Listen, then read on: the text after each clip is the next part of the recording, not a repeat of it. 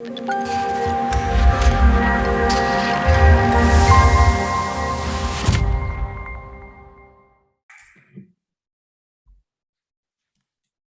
Harry. Hello, Sebastian. How are you doing? Good so far. Another How are week, another you? podcast. Yeah, I'm good. Thank you so much. It's very hot in this room today, so I'm Okay. trying to like survive the heat a little bit. But yeah, I know that I know that we've got a really fun topic today. And I just wanted to jump into our intro that I nearly forgot to do then, which is welcome to the Harry and Seb podcast. Usually it's a little bit more formatted, but please excuse me, I'm a bit overheated today.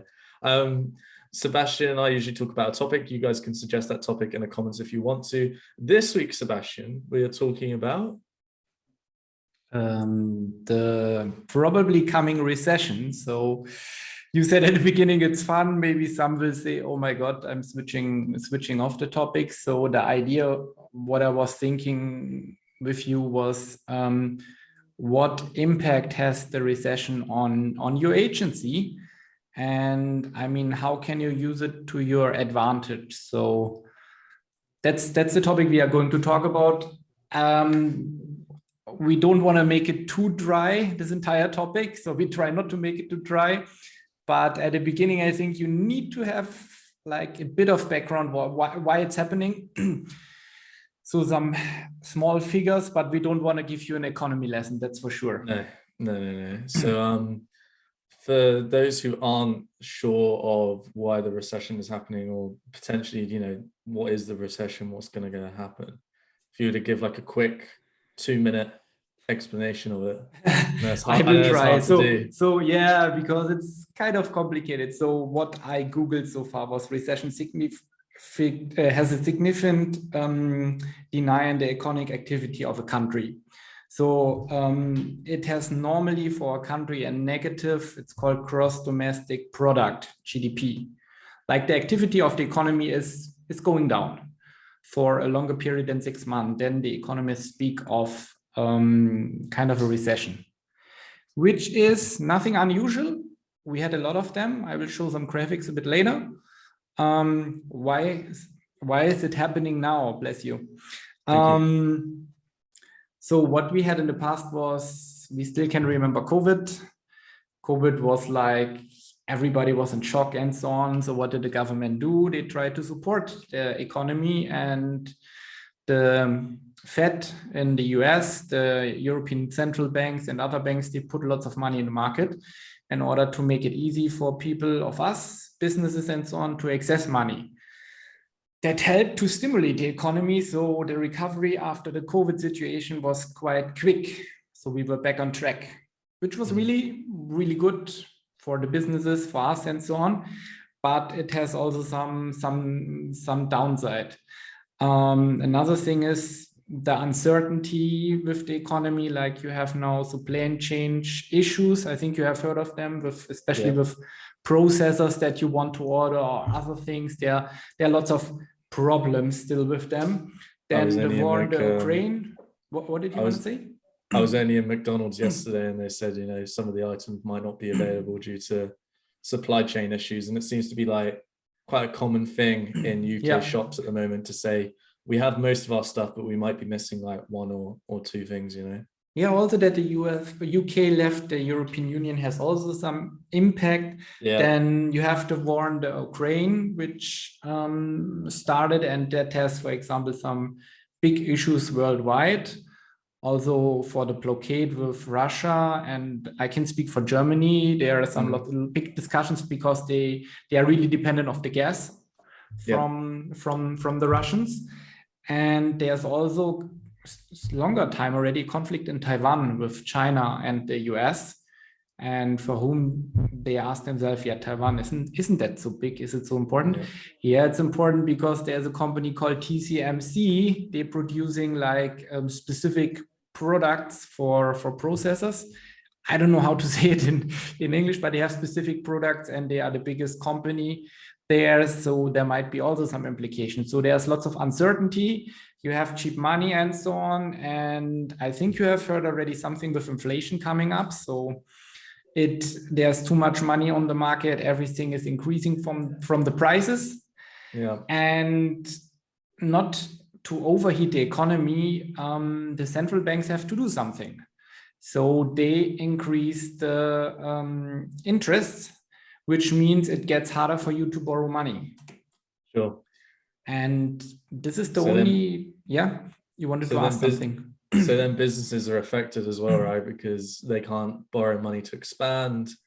They're stuck at what they're Or they doing. have to pay higher interest, for example. Also, when you want to buy a house, this affects this as well. And also on the stock market, for example, you see this, especially with the technology values.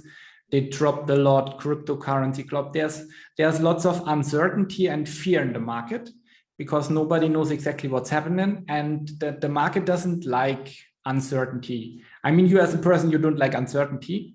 And the psychology from the humans go also in the stock market. So you have lots of uncertainty, fear. Lots of people are going to sell because they are not certain if they should buy something. So it drops. And then like the economic activity of a country also declines. And this what we call, as I mentioned, recession. Let me share quickly the screen to give you an example of it. Can you see my screen? Yes, we can. Yeah, so this is a nice graphic. So recession are painful. This is the red part. So now you think on the graphic, where's the red part? This is here the small spots. On the other side, you might ask yourself, what is the purple spot? But expansions have been powerful. So this is the expansion after the recession. So the good part is, as you can see, the red spots are not really huge. Yep. And the average recession is around 11 months. So for those who can survive the recession, then actually there's quite a lot of opportunity for them to be able to ride that wave already, of expansion. Yes, and already during the recession. So I'm speaking now for small business, for businesses in general, but also especially so the agencies. So there's lots of opportunity in a recession. And as you can see here, also in 2008, that was the financial crisis that we had. It took a bit longer, but we recovered quite fast and a lot. And this is only until I think 2016 from the graph. And even the other years were really good. I can only speak because I'm investing in stocks. So from the stock market, they were really fruitful and great. And just to take the fear from you guys. So it doesn't mean you have to shut down your agencies. But now we come to the interesting part. What can you do when now with inflation and recession? For example, one thing that we did already beginning of this year, when the inflation and the prices were increasing, we increased the salaries by 10% for all the employees, just as a measurement because they shouldn't be directly affected of it. So this is, for example, a measurement you should also do with your employees if you want to show them you are there for them, you support your employees. So this would be like an immediate action that you can do. I'm interested as well because you spoke about opportunity for agencies within a recession. So for those who are waiting with bated breath saying, Sebastian, what is my opportunity? What would you say some of the opportunities for agencies are in a recession? I would say the opportunity for the recession, or maybe what you also need to understand for this recession. So what is the effect of a recession? So the effect of a recession would be, for example, unemployment increases. This is like something significant. So what does it mean for your agency? Maybe you have to, when you are overstaffed, you have to let some people go. And normally in a recession, the low-skilled workers or employees you let go, which is something good for the entire economy because you get more productive or efficient. And there's entire new rotation going on with the employees in the company. So that would be the unemployment. What else regarding the credits? This is not so cool. I mean, if you took already a credit and you have a fixed rate, so if you don't have a credit with a fixed rate, make a credit with a fixed rate as soon as possible because it will increase. Yep. and you don't want to pay too much credit back, even if it costs some money. It's better to have a fixed rate, and you can for certain calculate your monthly budget.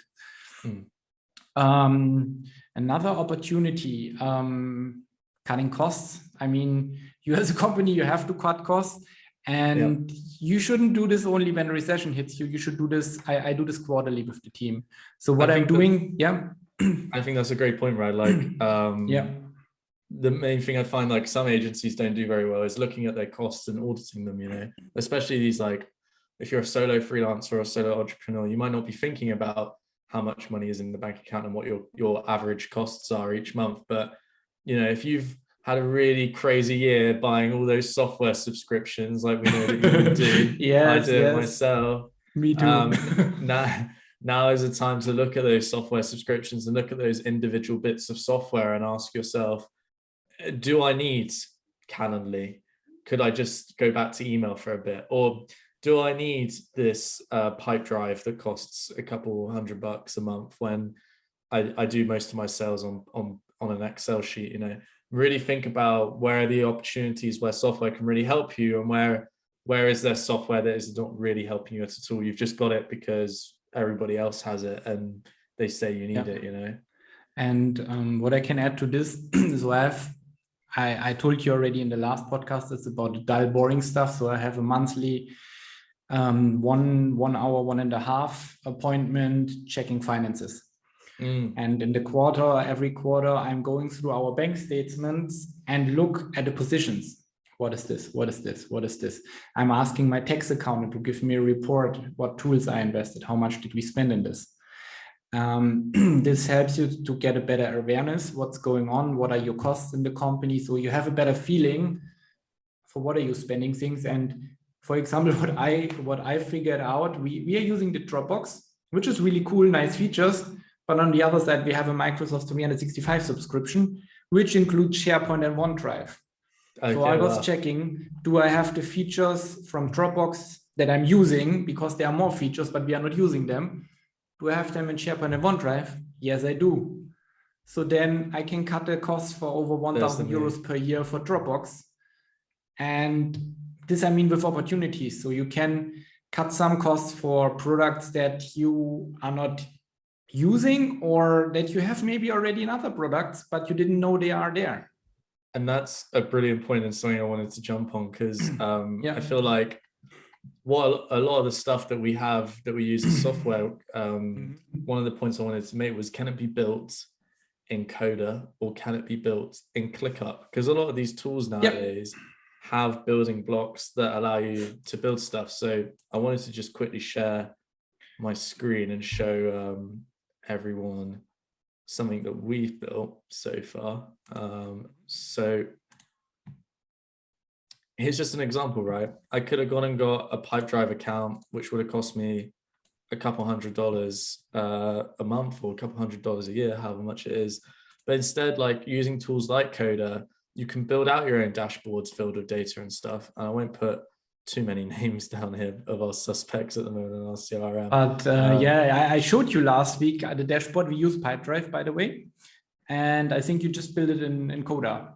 Exactly. And that's the whole point, right? Like as entrepreneurs, really about being resourceful. So look at the current apps that you have and think, is there a way that I can rebuild this using something on the web that allows you to build sort of mini apps or mini software? And if you don't know of Coda, I would check it out. But also I know you can build stuff in ClickUp that would allow you to have the same sort of functionalities, you know. So it's really looking at the software that you have and thinking about, how far can I stretch this in terms of its use case, which for you was looking at your Microsoft 365 plan, right? And saying, we have OneDrive. How far can I stretch this plan in terms of use case? Like, do I need the additional software, or does Microsoft 365 have a lot of the stuff that we do need in that case? I bet if they had a task manager, maybe you wouldn't use ClickUp anymore. You'd use they have also a task manager, but it's not as powerful as ClickUp. So I still want to stick to it. But you have Teams in it. So if you have a Slack, you can replace it with Teams. I know now all the Slack guys are killing me for this. You can also do the other way, but there's lots of things already integrated in one platform. I mean, I know Microsoft, they are building new things in it. Also Google also offers a lot in workspaces, and you don't need so many additional products. Another thing is we spoke about unemployment. So I mean, you should see if your staff is like, if they have enough work to do, or if it seems like they are not full at their capacity. So you shouldn't hire somebody else, because the cost will rise for your business. I mean, we just had Microsoft 365. I know for a fact. So now they increased the monthly subscription by 20%. Wow. Or you switch to the yearly model. So from next year, that will happen. And other things, energy costs, electricity will increase. So if you're thinking to switch to a bigger office, I think you should first ask yourself, maybe I can use my office more efficient.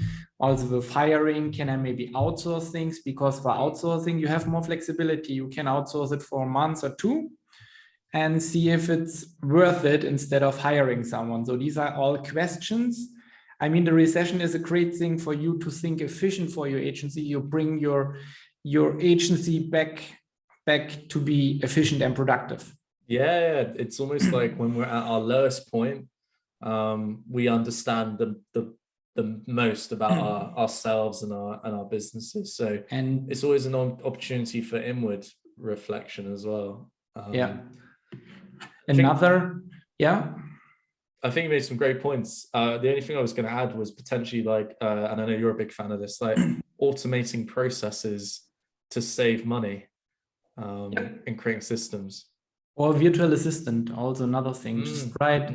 Just make a list and write down every day for 1 week what are repetitive tasks that could be automated. Just to write them down to see, and how much time do they cost, in order to see what possibilities you have to outsource. I think this is something, and Harry, you are the Mr. Automatization. So if they have questions, you can answer them and help them to automate things. Yeah, for sure. Absolutely. I mean, I think a big part of why I wrote that down is like, do you have systems in place where, like, as you said, if there's stuff that you're repeating, is there a way that you can reduce the amount of time? Because at the end of the day, like, there's a recession, money's tight, your time is precious as it is. So if you can, again, reduce the amount of time you're spending on stuff, or your staff are spending on repetitive stuff, then you can build in an efficiency inside your agency. And save money at the end of the day. You could replace in 2 years' time your admin, for example, just by automating all of your admin processes. That's also a great idea. And coming now back to look more out of the bubble from the agency, so the competition. I mean, this recession is good to wipe out competitors that are struggling already financially, that don't have a great positioning, that don't have a good value proposition. So this helps to wipe out the markets of some competitors, maybe of you. This is also something you should keep in mind. And maybe it's now time for you to position your agency finally, because you didn't have the balls, or you didn't want to position it. So now it's maybe a good time to position finally your agency, and to focus on something specific, on a specific niche for your business.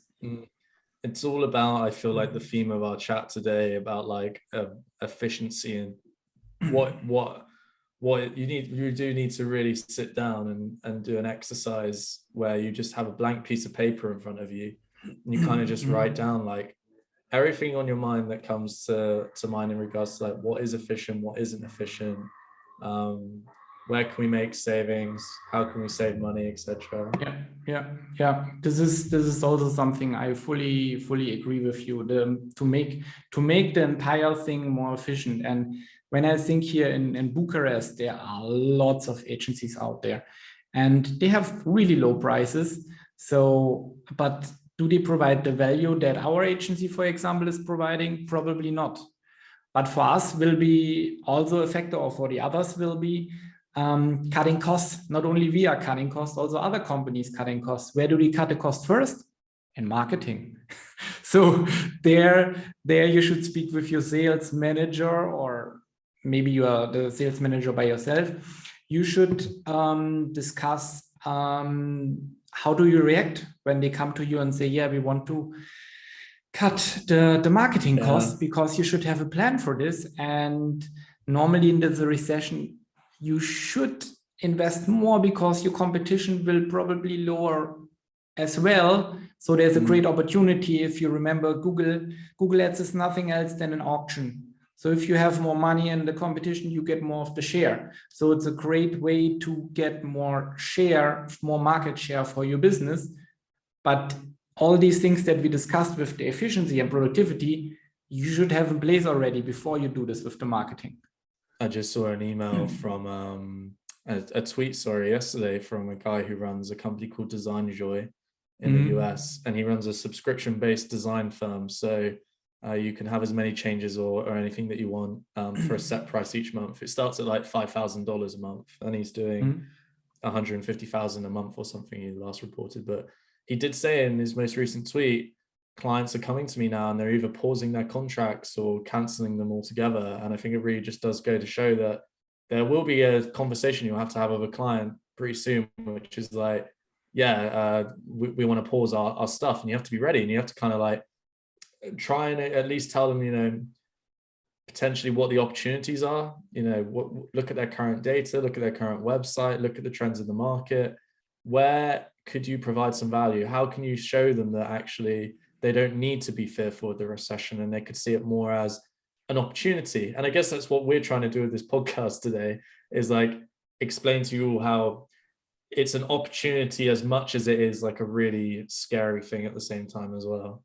Yeah, and we are a performance agency. So if you cut our budget, you're not having any sales, or you lower your sales. So it's like you're cutting your own leg that you're standing on. So why to do that? It doesn't make sense. It makes only sense if it's not efficient. Then we have to review our current marketing strategy. But if you give me 1,000 euros and I give you 5,000 euros back, why you don't want to give me next month 1,000 euros if you get 5,000 euros back? I mean, then maybe something is wrong with your profit margin in your business. So other costs are too high. Because if we give you, 4,000 euros in sales, then you should tell us, we need to increase the prices, or maybe I have to check out what are the costs for delivery are, or I have to add the deliveries. So that's then the right thing you should ask the customer, and also explain them exactly what I mentioned. You're cutting your own leg from your business when you cut the sales, because this is exactly where you get the money from. So cutting costs is good, but you should cut the right costs, not the wrong costs. Sure. And I think what other people shouldn't be fearful of as well is like, don't feel fearful just because of the position that we're in of like raising your own rates, right? Like, you should try and match inflation. And I think you guys did a very admirable thing, which is increase your employees' wages by 10%, and I imagine at some point you'll increase your fees to match that. We've definitely increased ours recently. We did already. Well, there you go. And we're doing the same with our customers now, because the price of email hosting is going up, the price of domains hosting up. And I think a lot of people sometimes they feel like they should take the cost of that, otherwise they're going to lose their client. But your clients are aware of the situation as well, right? So like, it's all about having an open, honest communication with each other. That's the way you build a great relationship, and just explaining to them, our prices have gone up, your prices need to go up. Are you okay with that? Can we have a conversation with it? Yeah, but what you mentioned, I think this transparency that you say, hey, we paid this amount, now they increased it by this, or Microsoft 360 increased by 20%. So you can also say we are trying to be as efficient as possible for you, and we also offered you maybe more services in the past, but currently it doesn't work for us. So we only have the possibility to increase the prices and to inform them about them in a nice email or something, and also offer them a discussion and so on. And honestly, it's not new for them that prices increase. So when you are coming, you are not the first.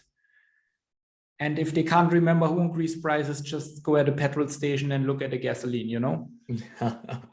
Yeah, I'm sure maybe that would have a little bit of an interesting conversation with the client when you say that. But yeah, and you can understand the sentiment. compare the price increasement at the gasoline station. So the price increasement that the agency did is probably lower than at the petrol Than the station. gas. Yeah, I agree. Is there anything that you would want to share with anybody who's like feeling a little bit lost, feeling a little bit sad? Like, what would be like the takeaway from this podcast today? What would you be say like the most important thing to focus on is now? I think the most important thing is don't let yourself by the news and media be afraid. Be fearless. Maybe watch some other videos on YouTube regarding recession to understand better what it implies, and see this as an opportunity for your business, because you are not the only one that is facing this. The entire world, or even, I mean, your competitors are facing the same issues, so they have the same challenges. And I mean, take the things that we just mentioned out of it, do them for you. And if you have more questions, just write in the comments if you have some specific questions, or just contact us directly on LinkedIn or email address or other things, so we can provide you with some input. And yeah, see this as the opportunity for your business in order to grow, to get more market share for the future. I think this is the message I would give to other agency owners. And I think that's what you've said is amazing. And the only thing I could add is, if you remember Seb's chart at the beginning, 8 to 11 months you need to make it through, not too long as a business. And then there's going to be a massive average 11 months. So average, it can also go easily 1-2 years, because you never know what's happening. But I mean, you get stronger out of it. Agreed. And if you run out, then you didn't have the right value proposition. Then you didn't have enough value proposition, which is a good thing. So you can rethink and start a new journey.